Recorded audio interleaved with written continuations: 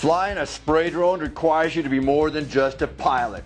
It requires you to be an applicator. Drones are easy to use, man. They pretty much fly themselves when you're spraying. Who told you that? Was it Brian? I could tell you, but I'd have to kill you. First, your ego's right and checks your body can't cache. Second, that's a myth. This should be easy. It's just a cover crop burn down. Let's turn and burn. You see, I told you we didn't need any training. This is what I call a target-rich environment. You've lost that love and feeling, now it's gone, gone, gone. Whoa, whoa, whoa, whoa, whoa, Whoa, whoa, whoa, whoa, eject, eject! Sweet Jesus in the dark! Goose! Talk to me, Goose! You took my breath away. Stay there. I'm gonna get this thing off of you. Let's buzz the tower. What I'm about to tell you is classified. This could end my career. I was spraying with your dad. We were surrounded by noxious weeds. He was running low on batteries and had 3 plugged nozzles, but he saved that crop.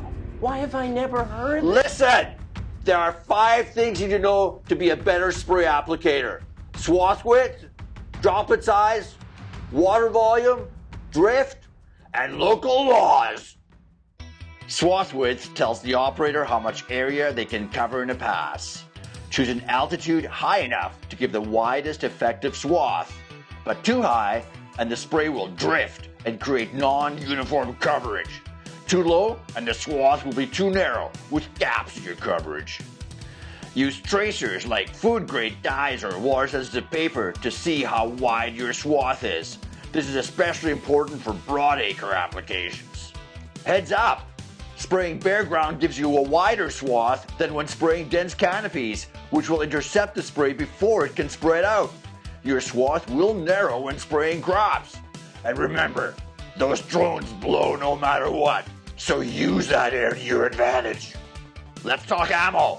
Finer spray means more droplets, and that's important for low spray volumes. Small droplets can be good for vector spraying, but they aren't advisable for crop applications. Coarser sprays mean fewer droplets and narrower swaths, but they may be required on product labels to minimize risk. Drones can get more done if they use less water because of fewer refills. But more water allows the use of larger drops, which is sometimes necessary. If you're gonna hit him with as much water as you can. Sir, yes, sir! Compensate for the wind.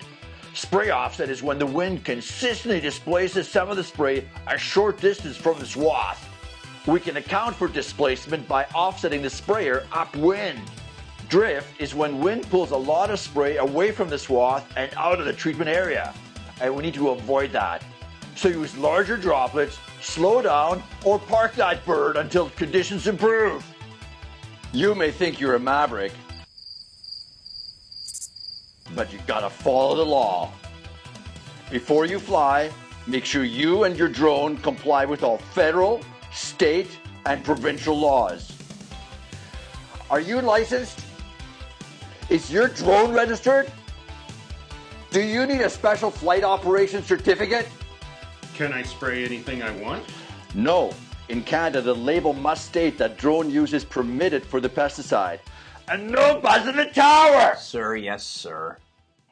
Turns out there's a lot more to spraying from drones than just knowing how to fly. You have to be more than a pilot. You have to be an applicator.